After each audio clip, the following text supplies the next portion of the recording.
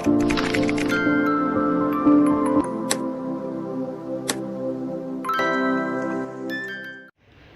Students, कैसे हैं आप लोग। मैं हूं नफीस सर और अब हम केमिस्ट्री के न्यू सिलेबस का चैप्टर जो 12 स्टैंडर्ड के लिए है, चैप्टर 5 इलेक्ट्रोकेमिस्ट्री के एमसीक्यूज़ करेंगे। टेक्स्ट बुक के एमसीक्यूज़ जो पेज नंबर 117 एंड 118 पर हैं। तो आइए देखते हैं फर्स्ट एमसीक्यू क्या है। Two solutions have the ratio of their concentrations 0.4 and ratio of their conductivities 0.216. The ratio of their molar conductivities will be option A 0.54, option B 11.574, option C 0.0864 and option D is 1.852. तो students यहाँ पे given है उनके concentration का ratio, दो solution के 0.4 और उनकी कंडक्टिविटीज़ उसका रेशो 0.216 और फाइंड आउट करना है मोलार कंडक्टिविटी की रेशो। तो यहाँ पे मोलार कंडक्टिविटी का फॉर्मूला है lambda equal to k divided by c. C is a concentration, k is conductivity. तो ये फार्मूला हम दोनों सॉल्यूशन के लिए लिखेंगे और डिवाइड करेंगे। तो lambda 1 divided by lambda 2 is equal to k1 divided by k2 multiplied by c2 divided by c1। इसको आप लिख कर चेक कर सकते हैं। अब यहाँ पर जब हम वैल्यू सब्स्टिट्यूट करेंगे, k1 बाय k2 ये 0.216 and multiplied by c2 bye c1, तो ये इसका 0.4 का रेसिप्रोकल होगा, यानी 1 बाय 0.4। अब ये डिवाइड होगा तो इसका आंसर आएगा 0.54। तो इस एमसीक्यू का करेक्ट ऑप्शन है ऑप्शन ए। अब देखते हैं second MCQ. What is this? So this is on diluting the solution of an electrolyte A, both lambda and k increases, B both lambda and k decreases, C lambda increases and k decreases, D lambda decreases and k increases। इसलिए इस question का मतलब है कि अगर एक electrolytic solution है और उसको डाइल्यूट करते हैं, मतलब उसमें सॉल्वेंट लाइक वाटर ऐड करते हैं, तो क्या होगा? मोलार कंडक्टिविटी एंड कंडक्टिविटी दोनों इंक्रीज होगी, या मोलार कंडक्टिविटी एंड कंडक्टिविटी दोनों डिक्रीज होगी, या फिर मोलार कंडक्टिविटी इंक्रीज होगी एंड कंडक्टिविटी डिक्रीज होगी, या फिर मोलार कंडक्टिविटी डिक्रीज होगी एंड कंडक्टिविटी इंक्रीज होगी।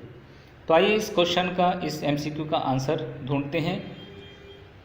तो पहले आप देखेंगे कि कंडक्टिविटी क्या होती है। K this is the electrical conductance of a unit volume of solution per centimetre cube, unit volume. And molar conductivity क्या होती है? This is electrical conductance of 1 mole of electrolyte in solution, 1 mole. अब dilution करने पर क्या होगा? On dilution total number of ions increases but not in proportion of dilution, therefore the number of ions per unit volume decreases, hence concentration of solution decreases. This results in decrease of conductivity. Students, इस question का मतलब, इस explanation का मतलब ये है कि जब हम डाइल्यूट करेंगे सॉल्यूशन को, यानी उसमें और ज़्यादा सॉल्वेंट यानी कि वाटर ऐड करेंगे, तो नंबर ऑफ आयंस जो डिसोशिएट होते हैं वो बढ़ जाएंगे, लेकिन वो इतने प्रोपोर्शन में नहीं होगा जितने प्रोपोर्शन में डाइल्यूशन हो रहा है। तो नंबर ऑफ आयंस इंक्रीज तो होंगे, बट अगर पर यूनिट वॉल्यूम में डिवाइड करेंगे तो वो पर यूनिट वॉल्यूम पहले से डिक्रीज हो जाएगा। अब ये कंडक्टिविटी जो है वो electrical conductance per unit volume है, मतलब number of ions per unit volume पे डिपेंड है, और वो ions per unit volume decrease होता है, इसलिए ये कंडक्टिविटी भी डिक्रीज होगी। वहीं पर अगर हम मोलार कंडक्टिविटी को देखेंगे तो क्या होगा, but the increasing number of ions produce in solution by 1 mole of the electrolyte leads to increase molar conductivity.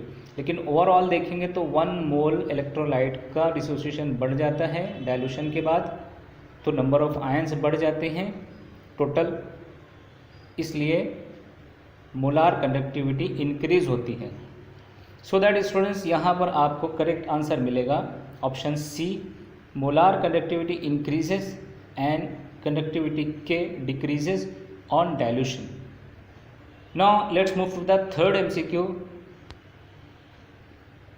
ये है 1 siemens metre square per mole is equal to this much और this much, या फिर option C या option D. तो students इस question का आप आंसर सर्च करेंगे। 1 सीमेंस होता है 1 पर ओम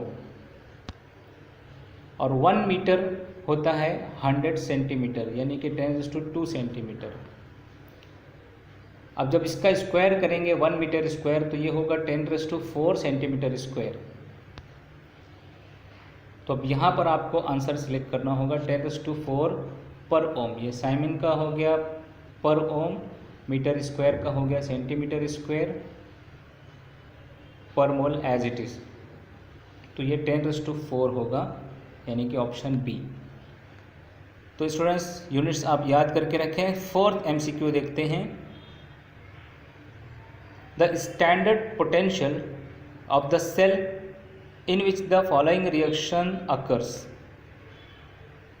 H2 gas at 1 atmospheric pressure plus Cu2 plus 1 molar ion gives 2 hydrogen ion 1 molar plus copper solid, and potential is equal to 0.34 volt।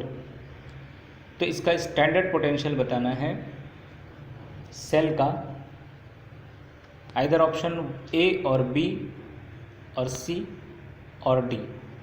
तो इस क्वेश्चन को सॉल्व करना होगा हमें। यहाँ पे गिवन डेटा है, इलेक्ट्रोड पोटेंशियल ऑफ कॉपर है 0.34 वोल्ट, और हाइड्रोजन का जो है स्टैंडर्ड इलेक्ट्रोड होता है, तो उसका इलेक्ट्रोड पोटेंशियल 0 कंसीडर करते हैं स्टैंडर्ड पोटेंशियल। और फिर हमारे पास सेल पोटेंशियल की इक्वेशन होती है reduction potential at cathode plus oxidation potential at anode. लेकिन ऑक्सीडेशन पोटेंशियल को हम रिवर्स करके, यानी नेगेटिव रिडक्शन पोटेंशियल भी को कह सकते हैं एट एनोड।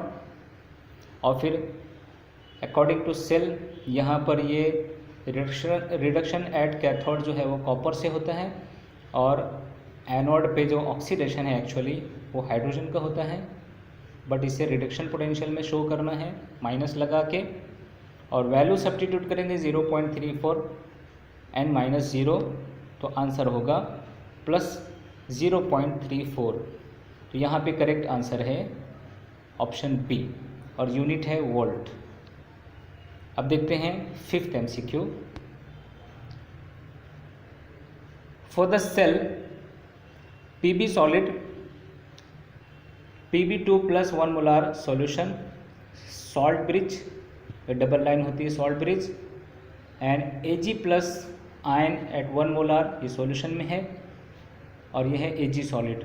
तो ये एक सेल रिप्रेजेंटेशन है।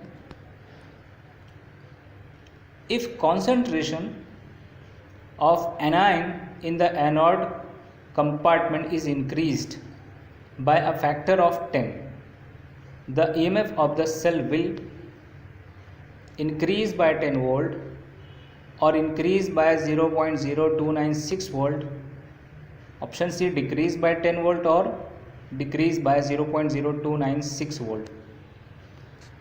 आइए सॉल्व करते हैं। तो इस सेल रिएक्शन में जो नंबर ऑफ इलेक्ट्रॉन है वो 2 है।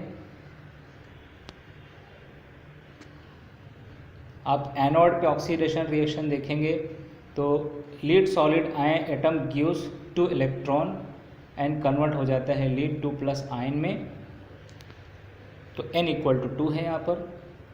और फिर उन 2 इलेक्ट्रॉन्स को 2 सिल्वर आयंस एक्सेप्ट करते हैं, गेन करते हैं, यानी कि रिडक्शन होता है कैथोड पर, तो ये सिल्वर सॉलिड एटम में कन्वर्ट होता है। तो हमको पता है Nernst equation for cell potential, जो कि होती है E cell equal to E naught cell, ये स्टैंडर्ड सेल पोटेंशियल है, माइनस 0.0592 डिवाइडेड बाई एन है number of electron transferred, into log base 10 of concentration of lead ion divided by concentration of silver ion, मतलब ये reactant side और ये product side. अब इसमें corresponding value substitute करेंगे कि नंबर ऑफ इलेक्ट्रॉन ट्रांसफर्ड वो है 2, और ये जो 10 टाइम इंक्रीज होता है इंक्रीज बाय फैक्टर 10, तो ये यहाँ पे 10 सब्स्टिट्यूट किया गया है। लॉग बेस 10 ऑफ 10 होता है 1, तो ये 1 लिखा हुआ है, और ये 0.0592 का हाफ हो गया 0.0296। तो ये जो नंबर है ये स्टैंडर्ड सेल पोटेंशियल में से माइनस होता है, तो ये डिक्रीज बाय 0.0296 वोल्ट है। तो करेक्ट ऑप्शन है ऑप्शन डी। अब देखते हैं 6th MCQ। Consider the half reactions with standard potentials. एक हाफ रिएक्शन है Ag plus aqueous plus 1 electron gives silver solid atom, और उसका पोटेंशियल है 0.8 वोल्ट। दूसरा है I2 solid plus 2 electron gives 2 iodine ion aqueous, and उसका potential है 0.53 volt. Third है इसी तरीके से, एंड फोर्थ। इन चारों हाफ रिएक्शन में पोटेंशियल स्टैंडर्ड पोटेंशियल गिवन है।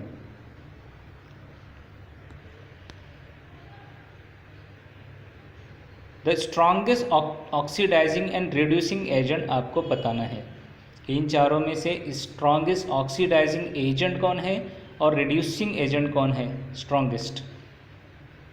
ऑप्शन ए है Ag and Fe2+, option B Ag plus and Fe, option C Pb2+ and I, option D I2 and Fe2+। यानी ये जो फर्स्ट नेम है चारों ऑप्शन में ये स्ट्रॉन्गेस्ट ऑक्सीडाइजिंग एजेंट के लिए है, और जो सेकेंड नेम है सेकेंड सिंबल वो स्ट्रॉन्गेस्ट रिड्यूसिंग एजेंट के लिए है। अब आपको इसमें से करेक्ट ऑप्शन सेलेक्ट करना है। तो सबसे पहले सॉल्यूशन में हम देखेंगे ये टेबल जो टेक्स्ट बुक में है। तो जैसे कि टेबल में इलेक्ट्रोड का रिप्रेजेंटेशन है, और ये नीचे से ऊपर की तरफ इंक्रीज होती है ऑक्सीडाइजिंग एजेंट की स्ट्रेंथ।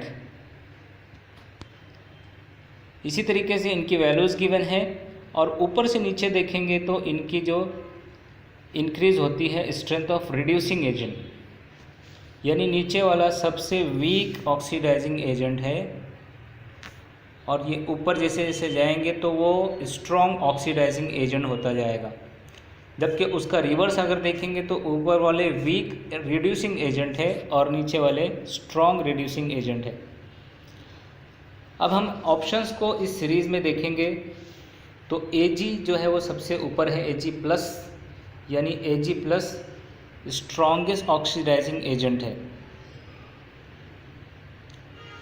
और Fe जो है वो सबसे नीचे है, तो ये स्ट्रॉन्गेस्ट रिड्यूसिंग एजेंट है। तो यहाँ पे करेक्ट ऑप्शन आपका होगा option B, Ag+ and Fe। Now let's move to the next MCQ which is 7. For the reaction Ni solid plus copper 2+ ion at 1 molar concentration gives nickel 2+ ion at 1 molar concentration plus copper solid, and cell potential is 0.57 volt. The delta G naught of the reaction is Gibbs free energy change plus 110 kilojoule, minus 110 kilojoule, और 55 kilojoule plus और -55 kilo joule. आइए solve करते हैं। Cell potential given है 0.57 volt और electron जो transfer होंगे वो 2, और यहाँ पे जो फैरेड है 1 farad is equal to 96500 coulomb per mole, ये चार्ज है, 1 मोल इलेक्ट्रॉन का चार्ज है। स्टैंडर्ड गिव्स फ्री एनर्जी चेंज की इक्वेशन आपको याद करनी होगी टेक्स्ट बुक से, ये है इक्वल टू -NF सेल। अब यहाँ पे वैल्यू सब्स्टिट्यूट करेंगे, number of electron transfer in the reaction, ये 2+ से आपको समझना है। तो ये नंबर ऑफ इलेक्ट्रॉन ट्रांसफर्ड ये है 2 mole into F 1 farad 96500 multiplied by cell potential 0.57, तो इसकी यूनिट होगी कूलम वोल्ट। मल्टीप्लाई करने के बाद ये नंबर आएगा -110010 जूल। अब इसमें हम 1000 से डिवाइड करके इसको किलो जूल में कन्वर्ट करेंगे तो ये होगा 110 पॉइंट माइनस में, इसलिए आप करेक्ट ऑप्शन सेलेक्ट करेंगे, ऑप्शन बी -110 किलो जूल। आइए आगे बढ़ते हैं। Which of the following is not correct? Option A, गिव्स energy is an extensive property, B electrode potential और cell potential is an intensive property, C electrical work is equal to -ΔG, and if half reaction is multiplied by a numerical factor, the corresponding E0 value is also multiplied by same factor। आइए find करते हैं answer क्या होगा। So students, आपने text book में paragraph पढ़ा होगा, we know that ΔG0 is an extensive property. ΔG0 यानी कि गिब्स फ्री एनर्जी, ये एक्सटेंसिव प्रॉपर्टी है, ये स्टेटमेंट करेक्ट है। Since its value depends on amount of substance, ठीक है। If the stoichiometric equation of redox reaction is multiplied by 2, that is the amount of substance oxidized and reduced are double, ΔG0 doubles। अगर आप redox reaction को multiply by 2 और any number करते हैं तो ΔG भी उसी नंबर से मल्टीप्लाई होगा। अब अगर दोनों उसी नंबर से मल्टीप्लाई होते हैं तो number of mole of electron ये डबल होगा और ΔG0 भी डबल होता है, तो 2 कैंसिल होगा, और जो सेल पोटेंशियल है वो सेम आएगा। 2 कैंसिल होने के बाद इसका मतलब सेल पोटेंशियल जो है वो इंडिपेंडेंट ऑन सब्सटेंस है, तो ये इंटेंसिव प्रॉपर्टी है। इस तरीके से आप देखेंगे तो ऑप्शन बी भी करेक्ट है। रहा ऑप्शन सी, तो आप यहाँ पर देखेंगे electrical work is equal to -ΔG, ये भी करेक्ट है। तो जो नॉट करेक्ट स्टेटमेंट है वो है ऑप्शन डी। अब आइए आगे बढ़ते हैं 9th MCQ की तरफ। The oxidation that takes place in lead storage battery during discharge is, option A, option B, option C और ऑप्शन डी। स्टूडेंट्स, ये रिएक्शन आपको याद होनी चाहिए। जो लीड स्टोरेज बैटरी में ड्यूरिंग डिस्चार्ज ऑक्सीडेशन होता है वो रिएक्शन आपको डायरेक्टली याद होनी चाहिए, तो आप इस MCQ का डायरेक्ट आंसर दे सकते हैं। टेक्स्ट बुक में इस पैराग्राफ के अंदर लिखा हुआ है cell reaction during discharge oxidation at anode. Anode पर क्या होता है? When the cell provides current, spongy lead is oxidized to Pb2+ ion and negative charge accumulates on lead plate. The Pb2+ ion so formed combined with SO4 2- ion from H2SO4 sulfuric acid to form insoluble PbSO4. The net oxidation is the sum of these two. पहले यहाँ पर लिखा है कि spongy lead यानी Pb solid ये oxidise होता है यानी इलेक्ट्रॉन लूज करता है तो Pb2+ में कन्वर्ट हो जाता है, और फिर जो नेगेटिव चार्ज है वो एक्यूमुलेट होता है लीड प्लेट पे।